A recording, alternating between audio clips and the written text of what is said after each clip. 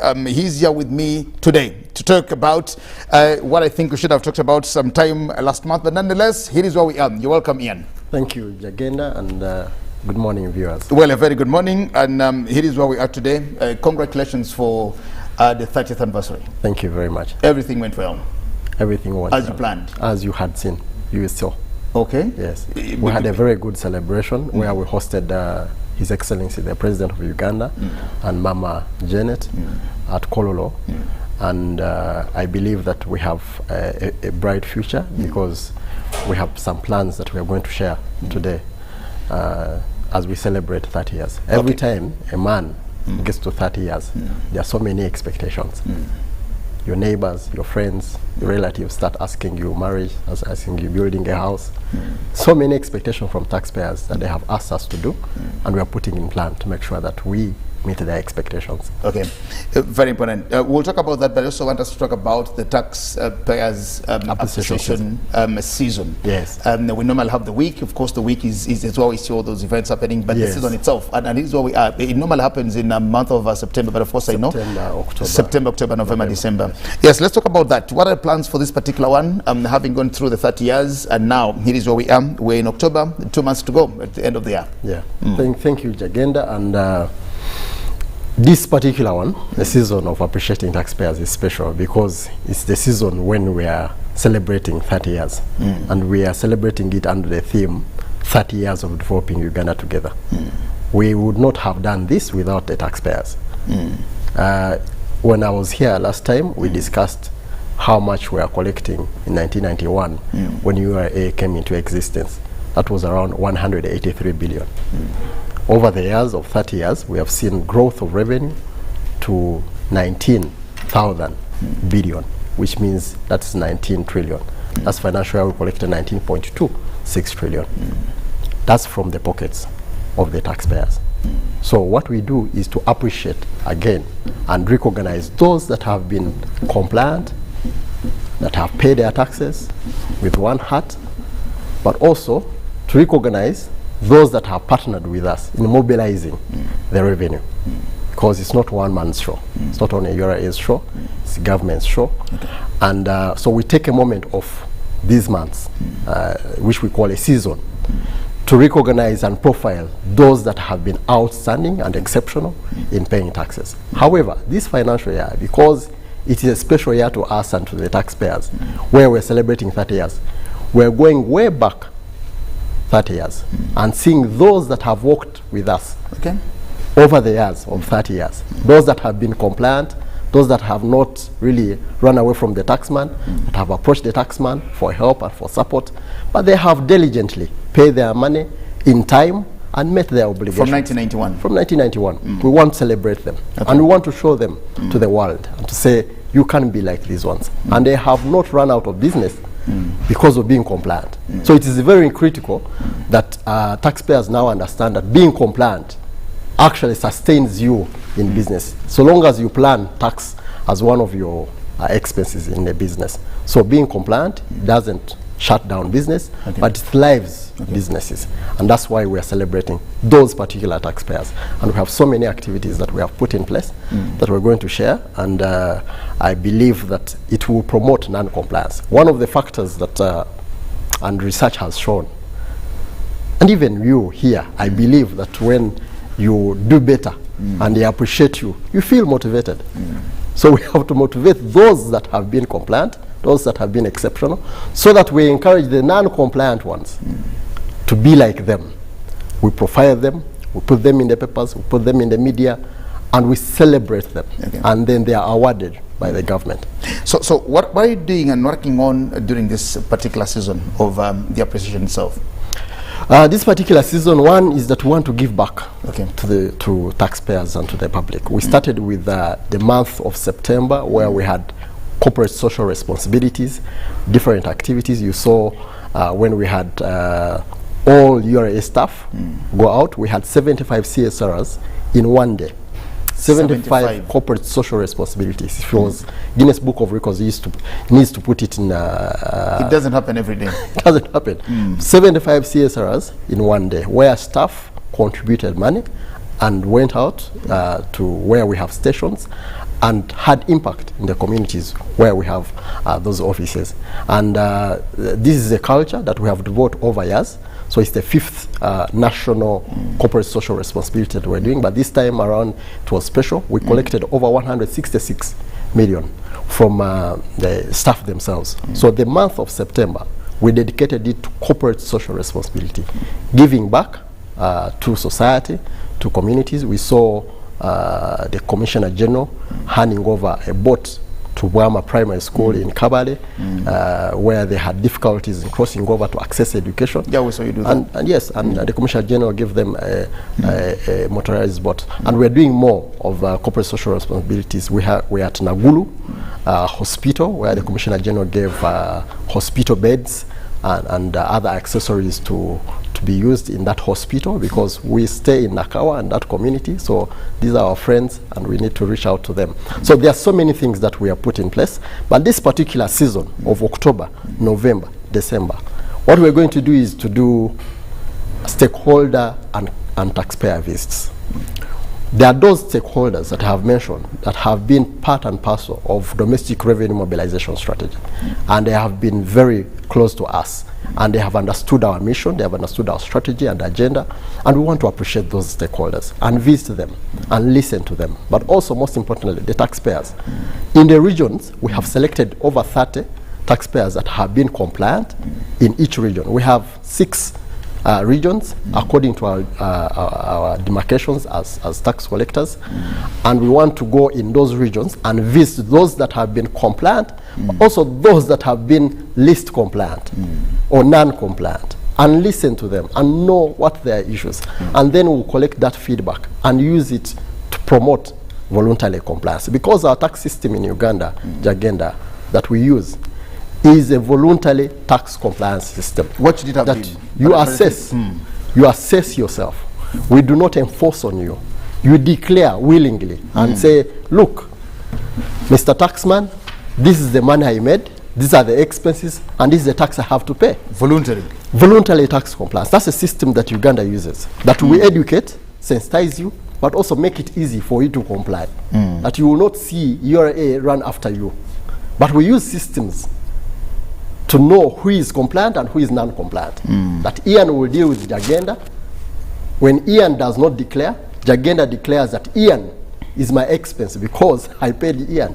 But the system will show that Ian did not declare to URA this income because he earned from Jagenda, and the system will show. So we'll approach Ian and say, please comply, because we have these records. And those are the systems that we have developed, that I do not need to run after Ian, but the systems will show me. But also I will educate, sensitize, make it easy for Ian that everywhere that he is able to register for taxes easily without difficulties, at no cost. And then also declare or return to the taxman and say, this is what I've been able to make. I've made a loss. I cannot pay tax. Or I made this profit, I'll pay this. And this is my income. Then you will pay. After declaring, you will pay. And make it easy for that taxpayer. When they are paying, can they use their mobile money? Can they access payment platforms in Soroti, in Arua, so that they do not have to have a burden of complying? So you make it much easier for the taxpayer to comply. And that's what we have been trying to do over the 30 years. And I think you know that we are one of the best revenue authorities in the continent. Last week we had Malawi Revenue Authority here. This week we have Zambia Revenue Authority. They come here to benchmark our systems, our processes that we have put in place to enable taxpayers comply without enforcement. Because we've discussed here, and I've told you that one of the administrative measures that URA has put in place is to make sure that we become a more of a service-oriented organization, that we put service first. We put our taxpayers as our clients. We define our business model to make sure that when you come to us, we operate like a business, because we operate like a private sector entity, where we treat our taxpayers as key clients, because they enable us to be there. That's a very good. That's a very good revelation of what we do, and the continent benchmarks us.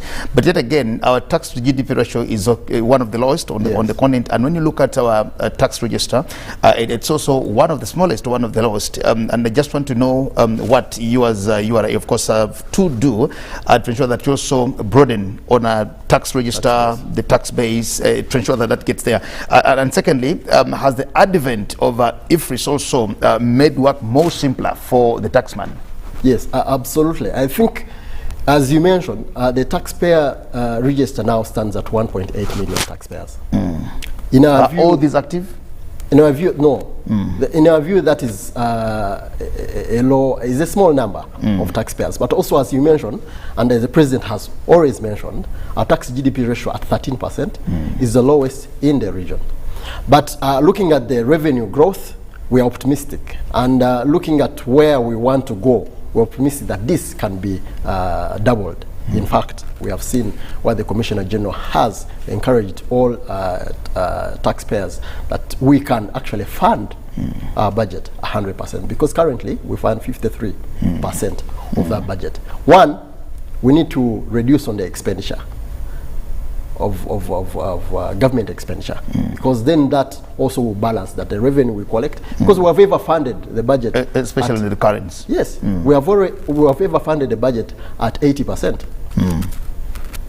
I do remember that. Yes, what happened? Yes, what happened. So that means the expenditure is high, but also so many things that we have to do as government. But also, we believe that we still have potential taxpayers that are not paying, that are not meeting their obligations. And we use this season also to educate them and say, you have to meet your obligation, because this one is meeting their obligations. Why not you? So we have seen our data, and we have analyzed, and we've seen where the revenue is, and we're going to go for it. And as you mentioned, electronic physical receipting and invoicing solution is one of the systems that we put in place that has painted a picture where non-compliance is. I can tell you, Jagenda, that we have over 9 million potential taxpayers that should be on that register, but they are not there.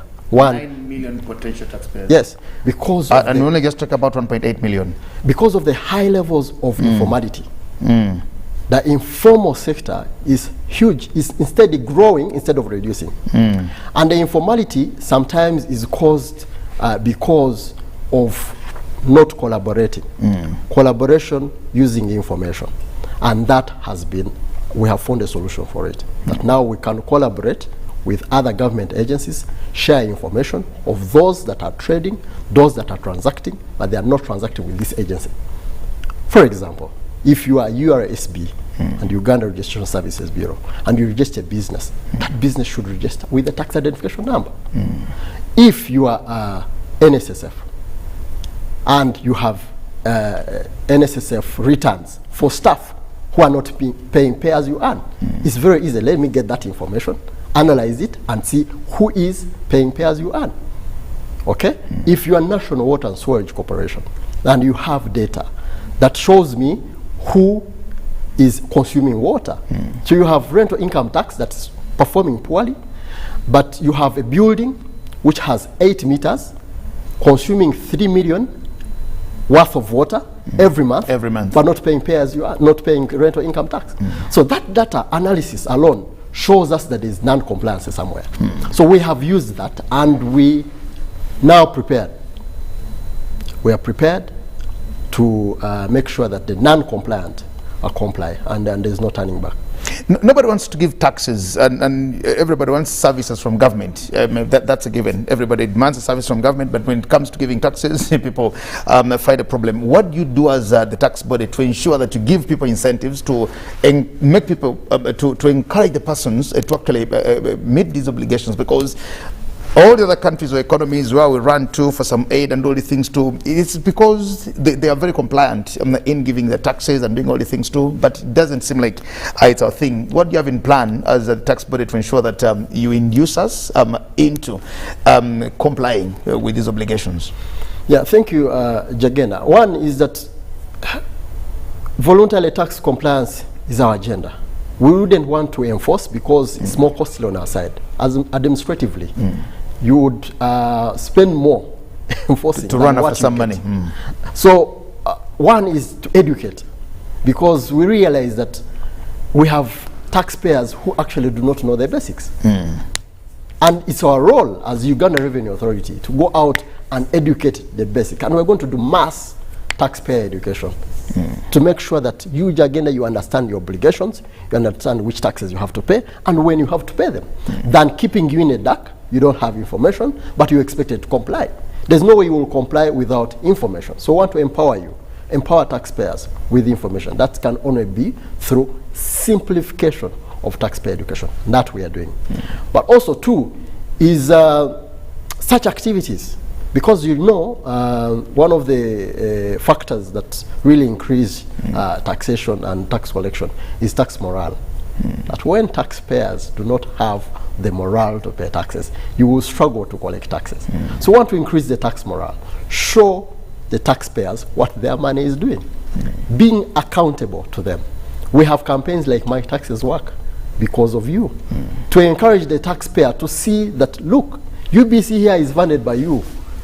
The soccer team that you have seen play and has made the country proud is funded by you. The team that you have seen showcasing Uganda at the global level in Dubai, everywhere, is funded by you, the taxpayer. So when the taxpayers understand that, look, I think I'm contributing to the development of this country, then they will ask for accountability. And then they will know that when I pay taxes, when I pay as you earn, my money is doing something, is contributing something. So my encouragement, one, to other government agencies that spend is to be accountable to the taxpayers and know that the money you're spending is for the taxpayers, and be mindful to be accountable to them. And when you're accountable, don't be arrogant to them, because they pay our salaries, they pay for all these expenditures that we make. So how do we make sure that they feel proud, so that we raise their tax morale? And if they come to ask for accountability, we are readily available to give them that accountability, because they're the taxpayers. So when we see this tax morale develop and increase, we see a mindset change towards the taxman, trust, but also we build a reputation as a tax body, because then they will know that we are accountable, we are more transparent, and then revenue will increase.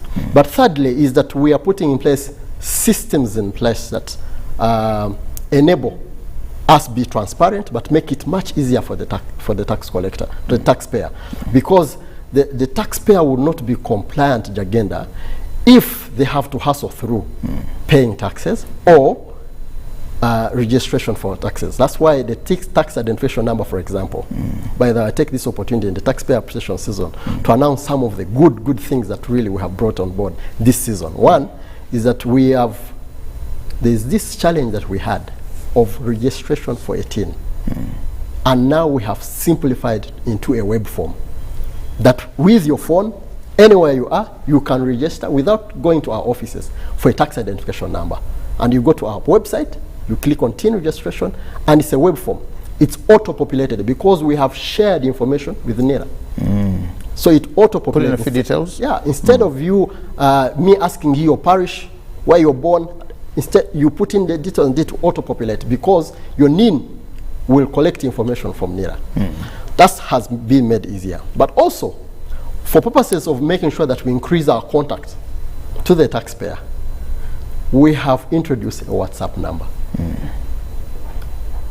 Rarely do you find revenue authorities introducing WhatsApp numbers. WhatsApp numbers? In Africa, no revenue authority that has introduced a WhatsApp number. You're the only ones?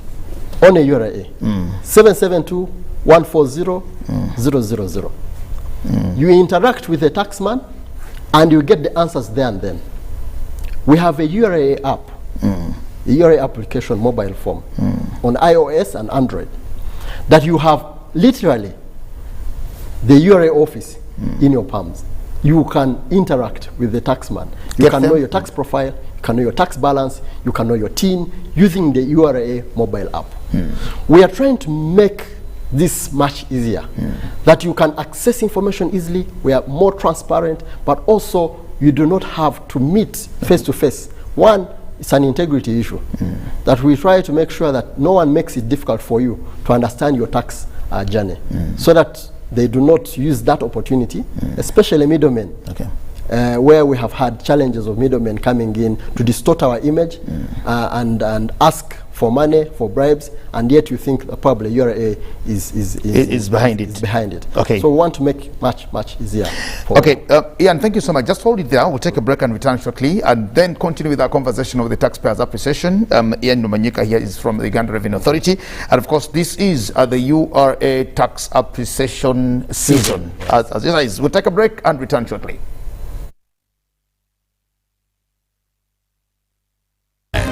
UBC Studios in Kampala. This is Good Morning Uganda Extra.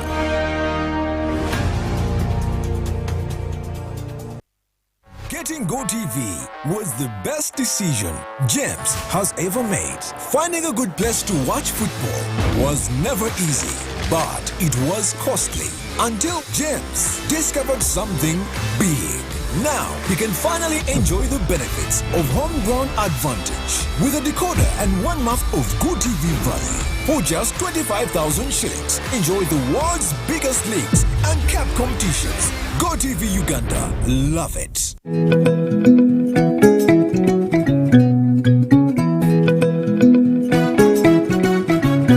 My home, I smile when I think of you, Uganda. My home. My home, I dance when I look at you, Uganda. My home, oh my Uganda. I know, with you I'll always stay forever. I know, because I feel that we belong together. My home, under the sun so bright, under the moon at night, on my heart. Mommy, oh my Uganda.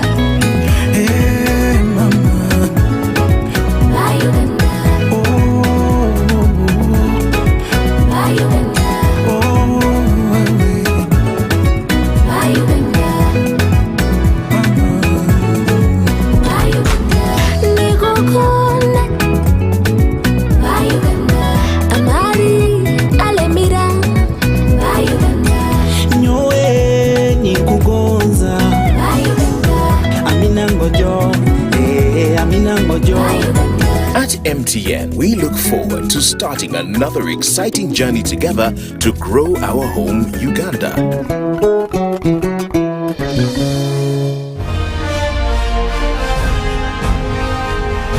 Live from UBC Studios in Kampala. This is Good Morning Uganda Extra.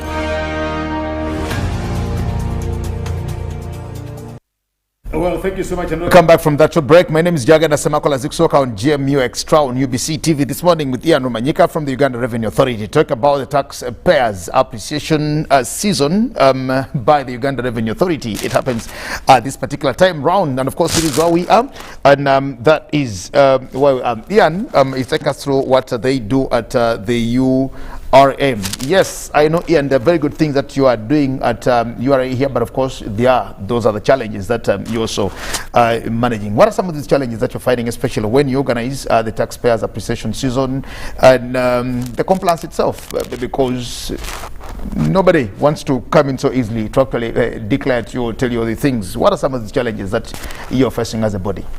And I think here, as Jagenda, thank you very much. I will speak as Ian Rumanyika, and I believe one of the challenges that this country is facing is the belief that revenue mobilization is the role of URA alone. That's one of the biggest challenges to compliance. The role of revenue mobilization and where we want to go is everyone's role. If you're a compliant taxpayer, then it's your role and it's your responsibility to make sure that the non-compliant one is compliant, because the non-compliant one in the long run will put you out of business, because he is non-compliant. He's out competing you because he's not paying taxes. But if you have the information, make sure you declare it, and it's all over the globe. In countries where we admire, where we are saying they have 30%, 35% tax to GDP ratio, non-compliance is illegal. It is shame for one not to pay their taxes, not to meet their tax obligations. So the call to action for all of us as Ugandans to know that the duty of being voluntary or of being tax compliant is on all of us. And if we want to develop this country, there's a price we have to pay, and that price is taxation. Okay, well, we'll talk about appreciation, and I know that you look at those people that have complied very ably. But are there any particular boxes that anybody has to tick for them to be able to be appreciated? And how many are these that you appreciate? Do you appreciate every compliant? The criteria of compliance? Yes, exactly. Okay, now, first, before I go, the other challenge that I wanted to mention, Jagenda, is the informal sector. The informal sector, if you look at the statistics, it has grown to 53%. The informal sector? The informal 53%? Sector. Yes. Which means the informality of businesses has impact on revenue mobilization.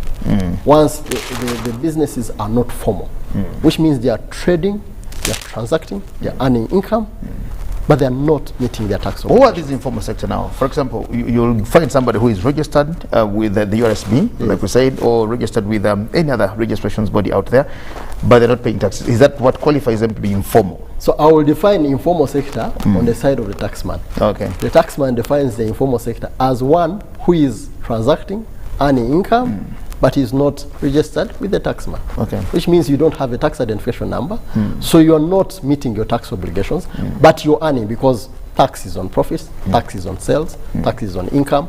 But if you're transacting and you do not declare to the taxman that you are actually earning this income, that means you're counted as informal sector.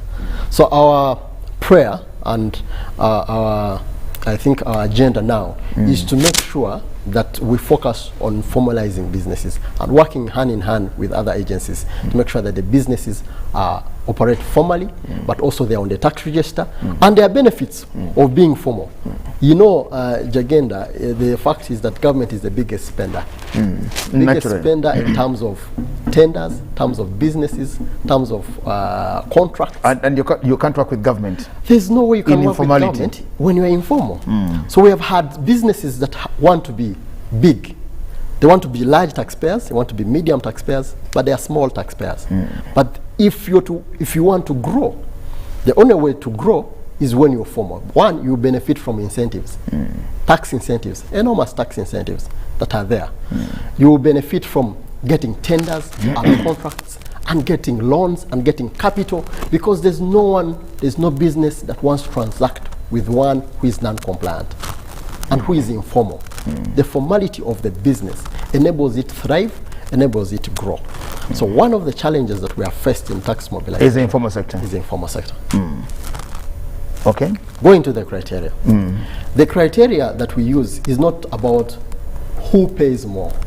As I said, we're going to profile and list 30 top taxpayers per region in this country. 30 per region? Yes. To commemorate 30 years? For the 6 regions. Okay. And those 30 taxpayers per region. 180? Yes, 180. Those 30 taxpayers per region, we shall profile them and make sure that the taxpayers know about them.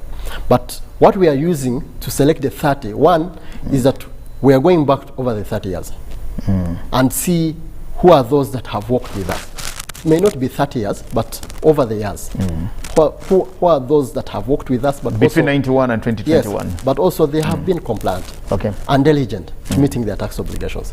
We don't really look at the volumes of money. We look at compliance. Compliance is that you pay your taxes small or big as you are. Yes. But pay your taxes in time. You declare in time. That is a return in time. You do not have audits. Many audits where you have to, every time there is some hidden information, we have to audit. When we check our systems, you have walked the journey of compliance of returning in time, paying in time, and also following the procedures and the tax laws that we put in place. That is the one that we are celebrating and looking for. And of course, the categories of recognition also differ. There are those also that have really worked with us. Those that have those that have really worked with us, and those are the key stakeholders that have mobilized with URA, the revenue we are talking about, and those stakeholders also be rewarded. Those are partners. For example, you go to a region like Eastern region, and you find a culture chief who has been there for us, mobilizing and encouraging people to comply. Speaking about voluntary tax compliance, that also will be awarded. So we want to go into those categories as well. Okay, and it's not a cumbersome process, I think. It's not a very cumbersome one for you to that. Not at all. And also for you to be part of the voluntary tax compliant taxpayers, for you to be part of the compliant taxpayers, that's all you need to do, is to make sure that you meet your tax obligations in time, but also you find out the laws that you are mandated to meet. Yeah. Okay, very important. We have 1.8 million on our tax register, and these are all not very active. How many are active? I wouldn't say they are not very active. What we defer our taxpayers, one, you will find that 1.8 million, we have those that pay as you earn, like Jagenda. Jagenda may not have a business, pay as you earn, but he pays pay as you earn. He's a taxpayer, so we celebrate him. But also you will find probably there is a presumptive taxpayer who is probably below the threshold of 150 million, but above the threshold of 10 million. That presumptive taxpayer is what we call a small taxpayer, between 10 and 150. They pay tax on turnover. That means they will pay omogereko every year. Say, for me, because I earn between 10 and 30 million, I will pay 150,000. So it's kugereka. Those are small taxpayers. But there are those that are medium and large taxpayers. Those that are expected to pay on profit. That I earn, I spend, the balance is my profit, and I pay 30%. So those taxpayers are the 1.8 taxpayers, and they are categorized in that category. Okay, what we need to do to ensure that the potential 9 million here, and of course the 53 informal sector, because I think if we got the 53% in the informal sector onto our tax register, I think would be very far. What needs to be done to ensure that we actually get them there? What are you doing as a body? As an institution, one is that we're expanding on our taxpayer education. Okay. One of the complaints, of course, has come through is that we want to comply, but we don't know what to do. So as I mentioned, we want to expand our taxpayer education, but a taxpayer education that is more relevant, simplified, customized, and sector-based, so that we go back to the needs of the taxpayer and make sure that they understand their obligations and they understand when to meet those obligations. They will comply.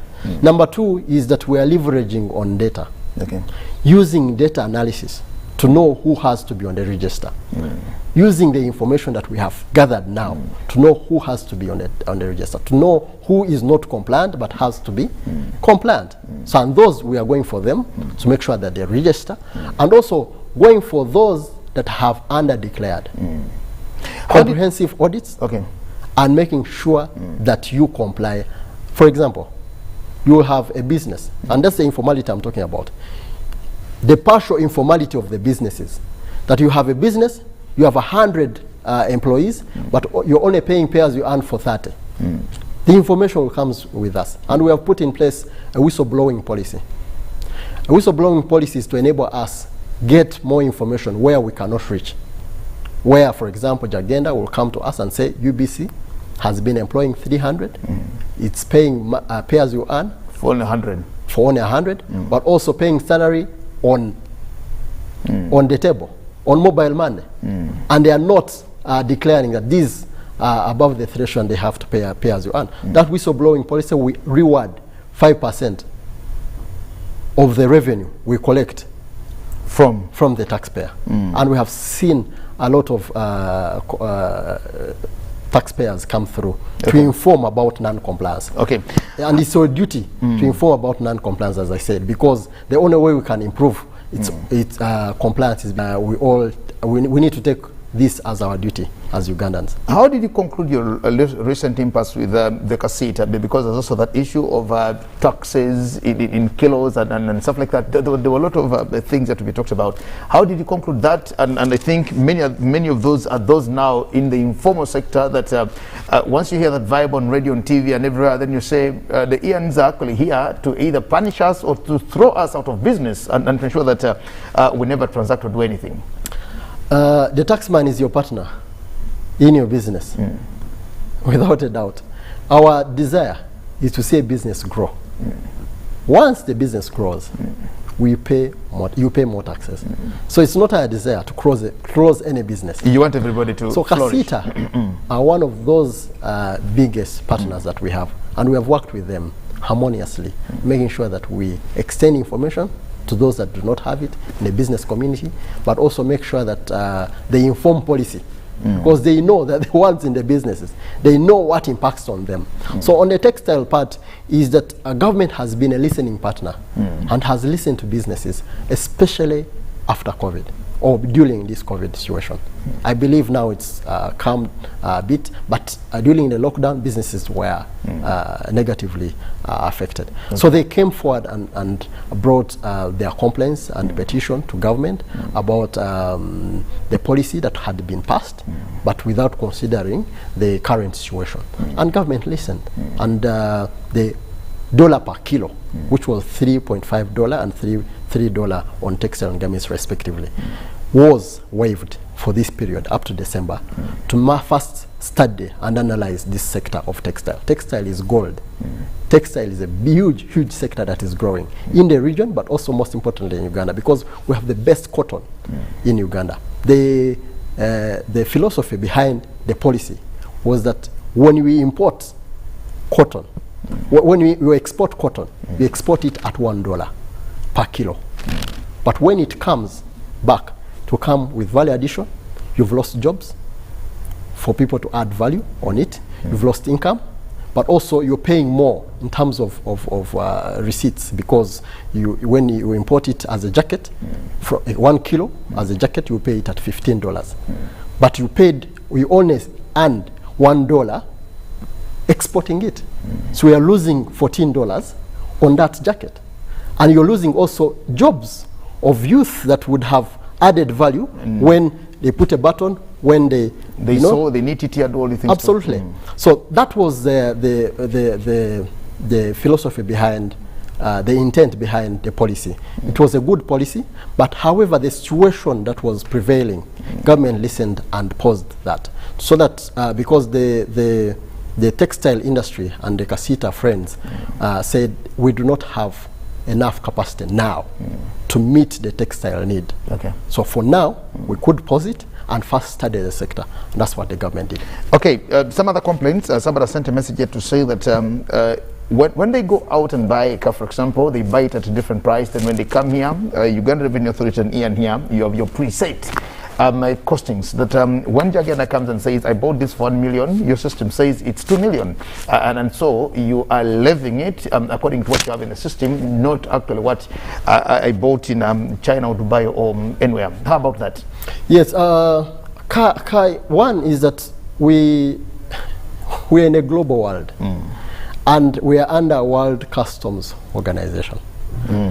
And the laws we had a seminar here. You hosted a summit here for the laws WCO. We apply are under the universal laws.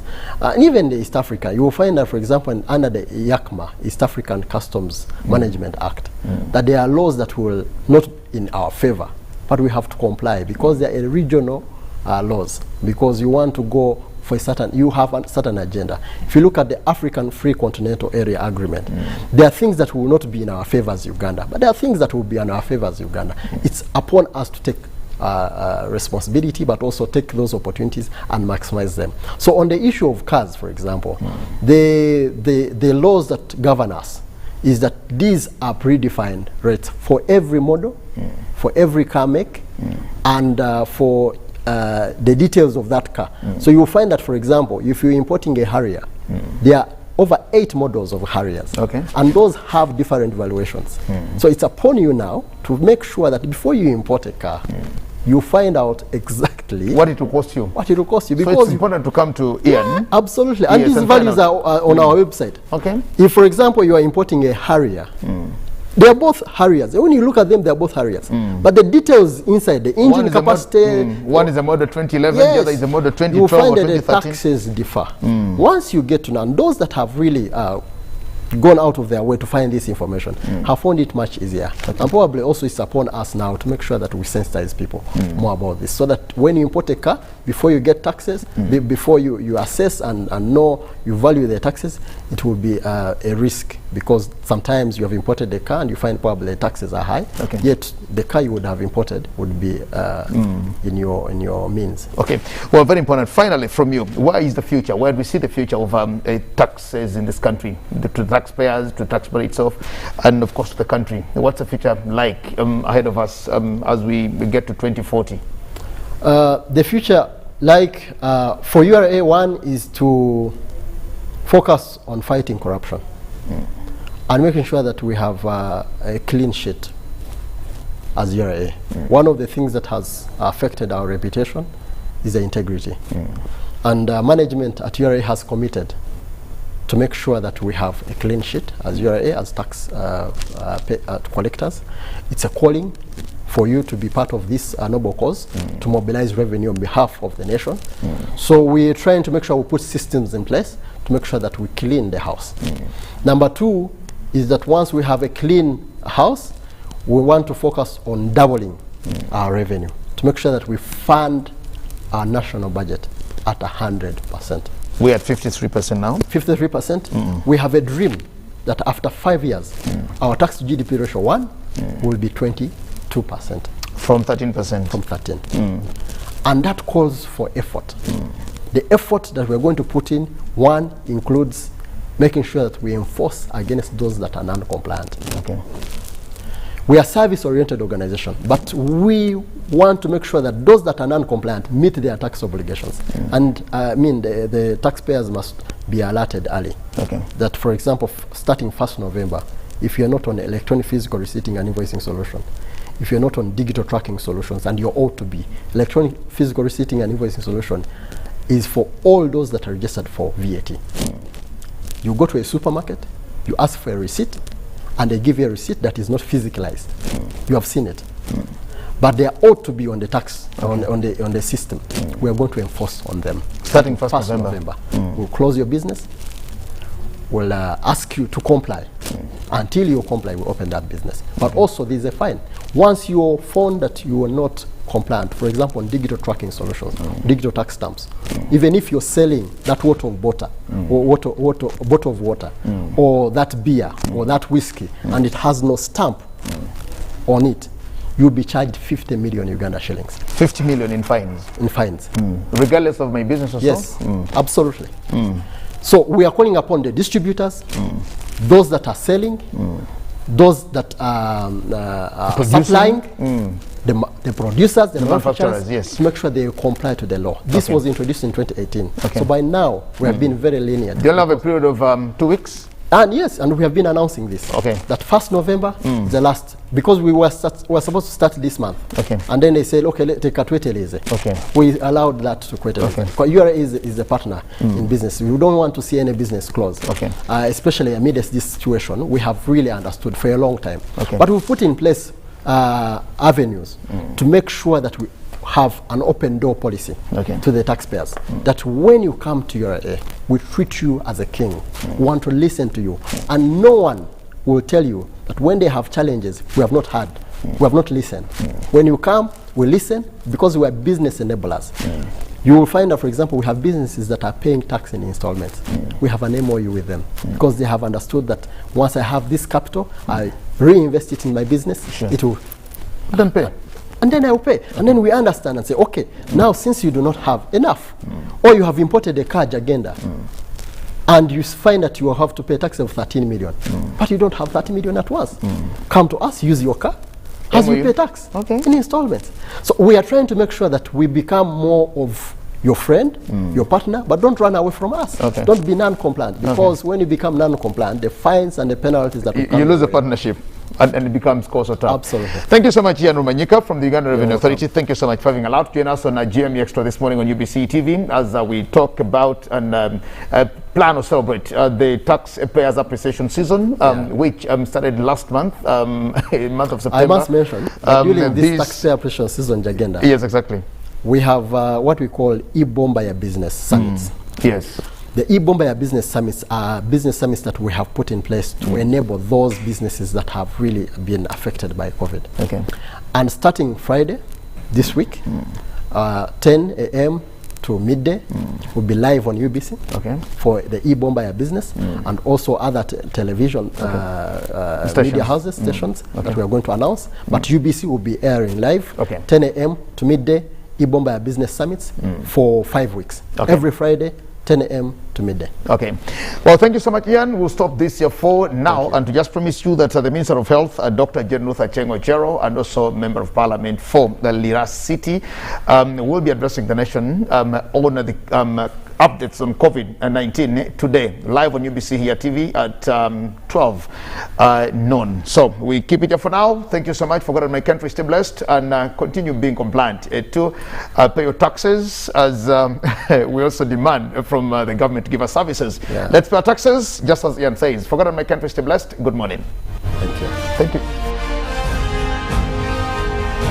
Live from UBC Studios in Kampala. This is Good Morning Uganda Extra.